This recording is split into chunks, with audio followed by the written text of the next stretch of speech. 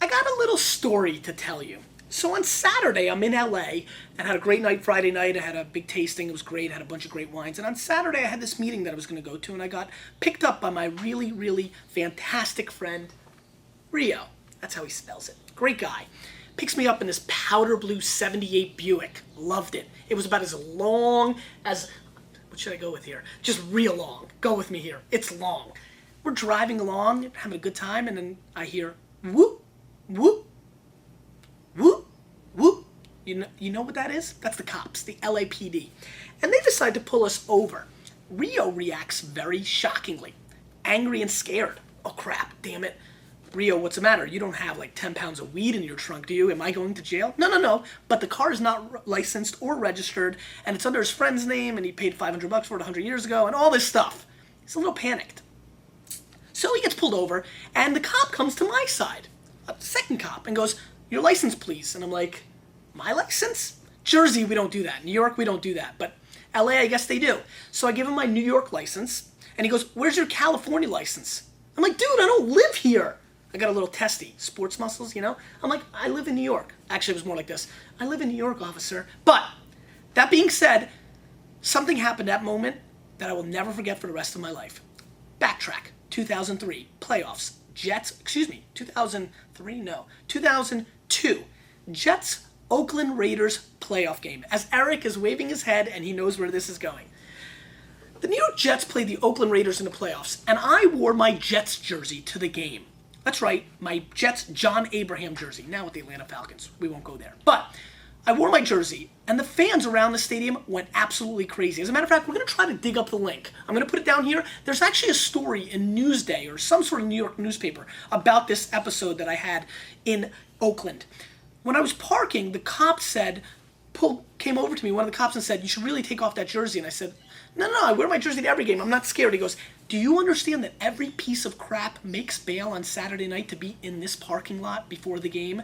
It was definitely the most intimidating scene I've ever seen. So much so that me and my friend had to pick up a bottle of beer off the ground because we legitimately thought we were going to get into a fight. People were throwing rocks. People were really rowdy. There were 600-700 people at a time yelling at us. A grandmother, 80 years old, wearing demolition type, clothes, like Road Warriors wrestling stuff with spikes, got in a three-point stance and ran into me as 1,000 people went wild.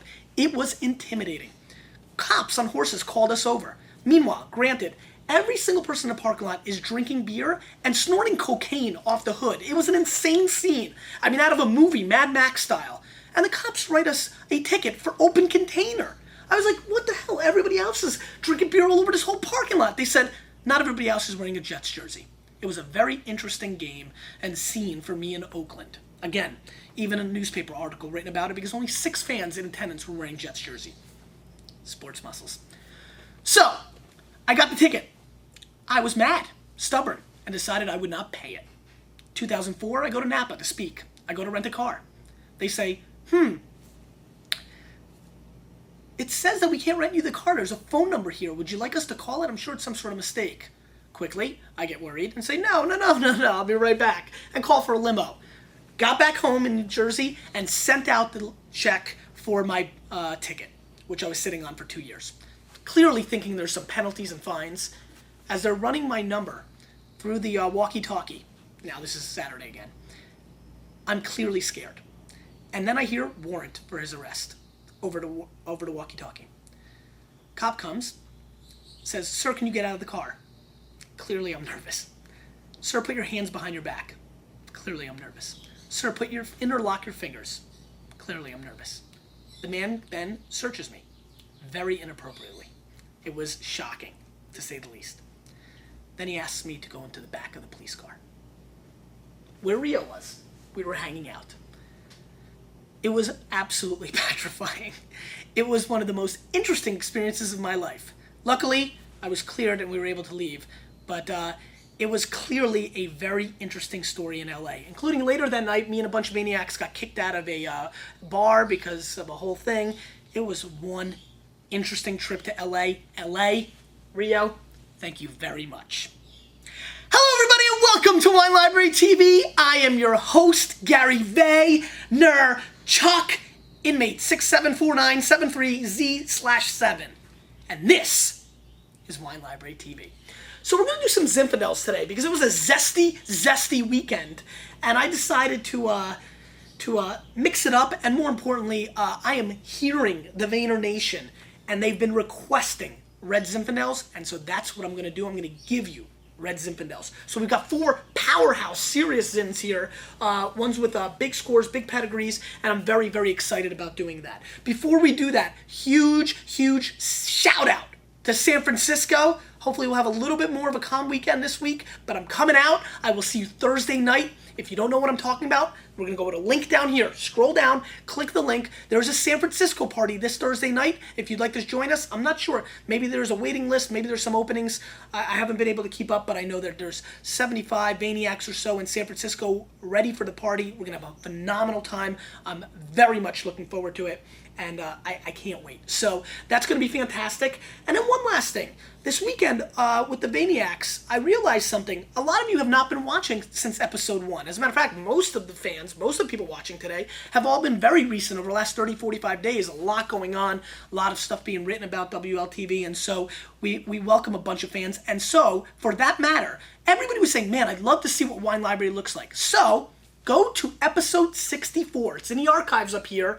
Click it, episode 64. I think you can put 64 in the search. Just hit the number 64. Hit enter. It's easy. It's like Google or something. It's just easy. So episode 64, you will get a little taste of what WL looks like. And while you're at it, check out episode 125. It is the classic. So, lots of talk. I'm obnoxious. Let's taste wine, because that's why you're here. Let's start off with Sky. Classic old school winery, long respected for their Zinfandels. This is the 2001 Mount Veeder Napa Zin, $20 US, no score. Again, one of the classic producers of Zinfandel. And you know what I find intriguing about this wine is that as I carefully look, I cannot find the alcohol content. So that's interesting. So no alcohol content on this 2001.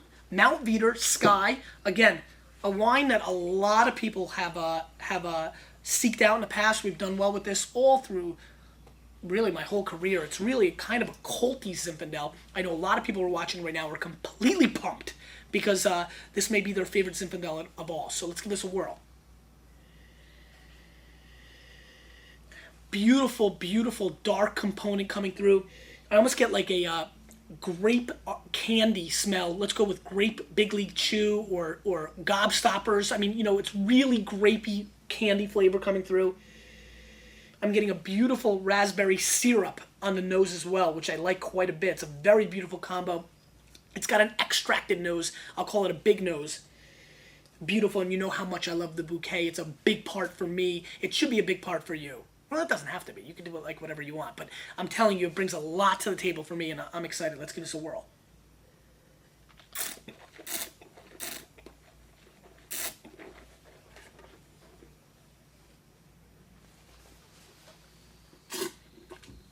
Check the bathroom.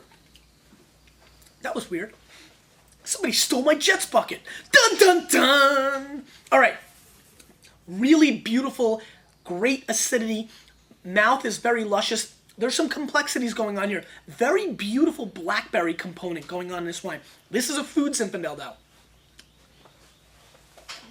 No bucket. This is a food Zinfandel, though. This is one you definitely want to attack with some food because this has a great acidity, and this is not a fruit bomb, which is what all the old world fans want to tell you about Zinfandel. Oh, that's fruity junk. You shouldn't like it. It's too over the top. This is not over the top. This is structured and complex, like really like a fabulous Bordeaux more than anything else. But there's that beautiful grape component, again, that I like quite a bit. There's a good solid amount of heat on this wine, but I wouldn't say it's over the top. It's definitely coated by the little dark chocolate, like a little piece of, like Andes candies. Take out the mint, but those little Andes, I don't know, I know that's milk chocolates. Just go with me here. It's like a dark chocolate Andes candy with no mint, which is not an Andes candy at all. Great. Anyway, but it's that size. That's what really made me go there.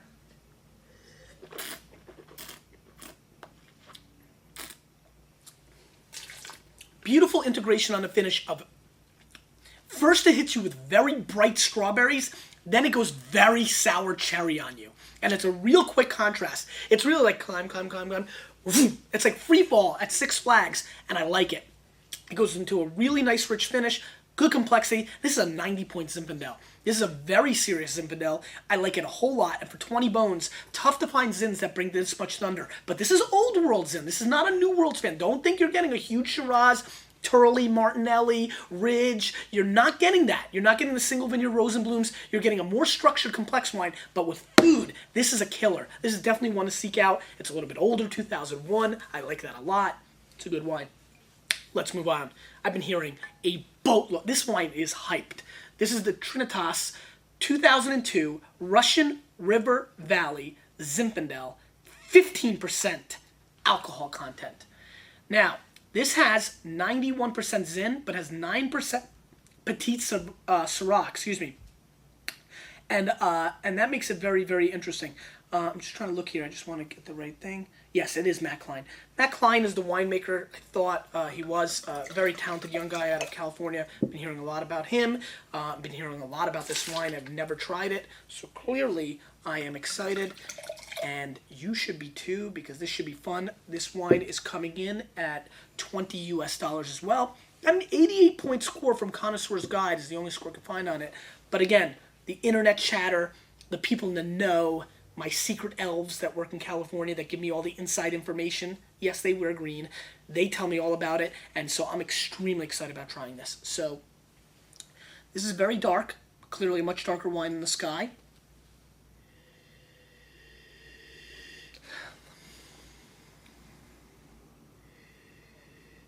Very interesting nose. It's got a mix between a little over oaked. It's like the oak monster and horse manure. It's almost like the oak monster took his kids to the horse ranch and kind of stepped in some poop. That's exactly what this wine smells like. But you know what? A beautiful lilac finish, almost like a Febreze. You know, you kind of, maybe the oak monster took a poop and sprayed some, that's where we're going, and sprayed some Febreze in the bathroom. Then you walked in right after him like, oh, oak monster, but he sprayed, so good job, big man. That's what this wine smells like. Let's give it a whirl. Are the Oak Monster t-shirts here yet? They're so close. Did they come in the last couple days? I think they're here.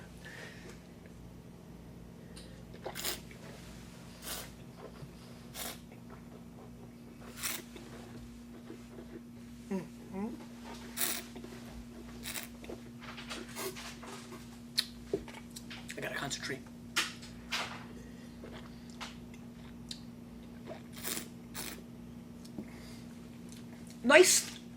Nice mouthfeel in this wine.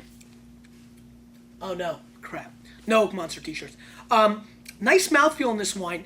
Good complexity. Nice and dry. There's an underlining creaminess. There's almost like a strawberries dipped in fresh cream French approach to this. There's too much oak for me on this wine. For me, it's a little over oaked. I like what the Petit Syrah has done to it. It's made it a dark component, but it's a little off balance. And the heat here, unlike the Sky, is all over the place. It's got good body. I can see some people liking this. It is over oaked, and that bothers me a little bit. I think Connoisseur's Guide was on the right track. I'm going to go 87 points in this wine. I'm going to give it a pass. There's some elves in California that are in trouble. Misinformation does not help. Let's move on. This is some hot stuff. Haywood, 2004 Rocky Terrace Zinfandel, 14.5% alcohol content, 92 points wine. Spectator, $30 US. Haywood, one of the first wineries I remember ever. That's it. That was it. It's one of the first wineries I ever remember. We used to sell boatloads of the Cabernet for like $5.99 back then. And Pops had it stacked all over the store. And I had to sell it. 30 bones, 92 point Spectator, small producer, only a few hundred cases made of this, single vineyard, really, really interesting wines. We've done very well with this wine, so I'm excited to try it. I have not had the chance yet, but I know the wine staff has and has flipped, so let's see if they're on the right page, if they know what they're doing. Really, really dark color, maybe even more dark than the Trinitas. So it's really the dark, it is, right? The third, probably the darkest of the bunch so far. Good nose, wow. This is a beautiful nose. This is like your classic blueberry, blackberry pie. You know, when you get you almost get like a custard aspect on the nose. This is very beautiful. Oh, this is real good. It's got a really beautiful hint of mocha as well. This is really your classic Starbucks, you know, some that go into, that do have a nice smell. This is really what's bringing it. God, there's something else here too, and I can't pinpoint it. This is really aromatically one of the finest red Zinfandels I've come across in a long time. This is really spectacular. Eric, smell this. Seriously. Nobody's going to mind. You like it? Smells like wine. Eric thinks it smells like wine, and he's correct. Because you're always correct. Whatever you smell is what you smell. But I smell custard and blackberry and cherries. God, how do you... It's awesome. Let's give it a whirl.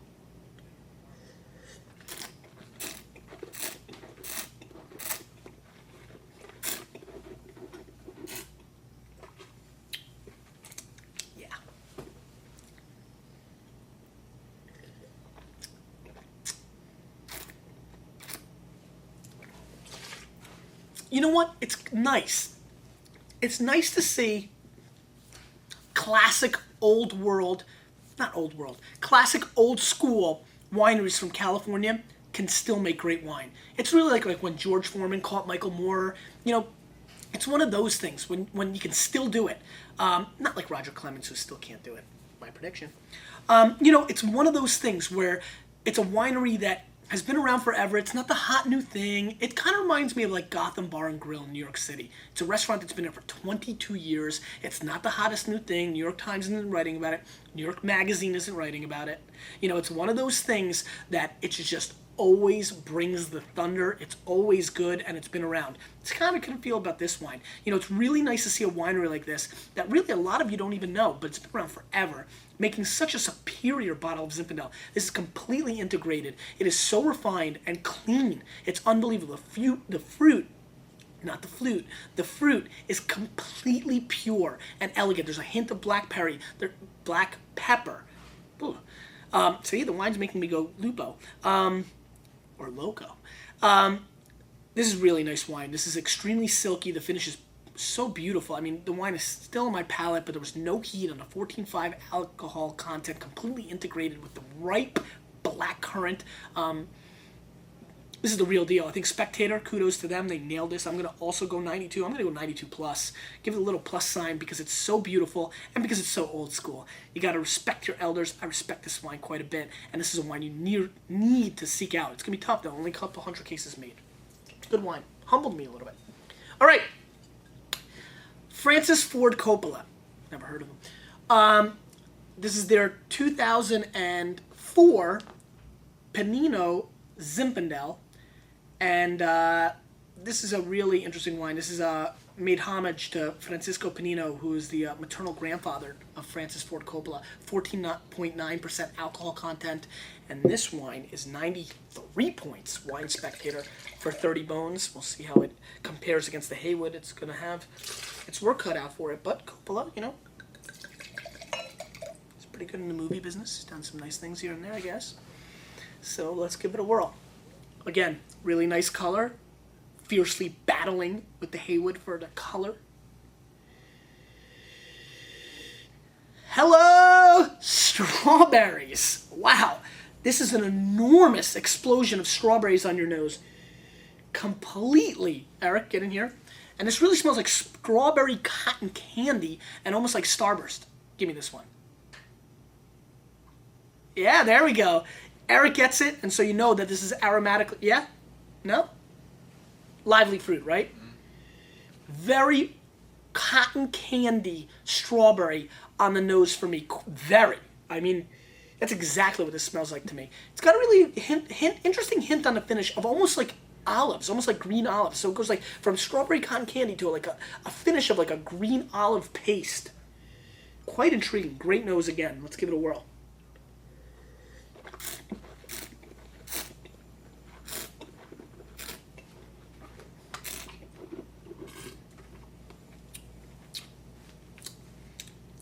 Also very good. A little hot on the finish. Again, the balance is not quite as pure as the Haywoods. The flavor continues with that big strawberry explosion. Very nice silkiness as well. I do get a little hint of pepper. Again, olive paste becoming a component here on the mouthfeel. Very interesting. Very, very different. This has a little bit more lushness than the Haywood. However, it is not as clean on the finish. It's a little more disjointed. It's a little bit rowdy. You know, it's like a nice schoolboy, but you know, you give him a couple pixie sticks and it gets out of control. That's what this wine feels like it wants to do. It wants to get a little out of control. We're trying to keep it in line. Reminds me of some third grader in the room right now here. I didn't know Eric in third grade. So this is a very solid bottle of wine. I think Spectator got a little too excited. Did they give him an extra point for The Godfather? Probably. Am I going to give him an extra point for The Godfather? Probably. But that being said, I think this is a 91 point wine. This is very good. I like it better than the Sky. Do I like it $10 better than the Sky? No. Is it better with food than the Sky? No. As a matter of fact, the Sky is probably the best wine with food outright. Sky is a 3 to 5 year old seller, 3 to 5 years max. The Haywood is a wine you can put away for 10 years for sure, and the Coppola is a wine that you can definitely put away for 10 years as well. All drinking now. But a good lineup. I mean, I'm really pumped. This really shows the quality to me of what's going on with Zinfandel, and this is kind of a fun theme, kind of random. People have been asking for Zinfandels. Summertime, a lot of people drink Zins. Cabs get a little heavy. Pinots are kind of, let's be honest, everybody's drinking Pinot. It's almost you want to get away from that. Getting a little bit clicky, a little culty. Getting a little bit scared. It's like, Pinot, hey, you know? Question of the day. What is your guilty pleasure? Spread a little love here. Send me some things. And lurkers! You are still a lurker until you post in the comments below. Emailing me and saying I'm the raddest kid on the planet is not going to cut it. Do you know why? Do you? I know. Because you, with a little bit of me, we might be changing the wine world.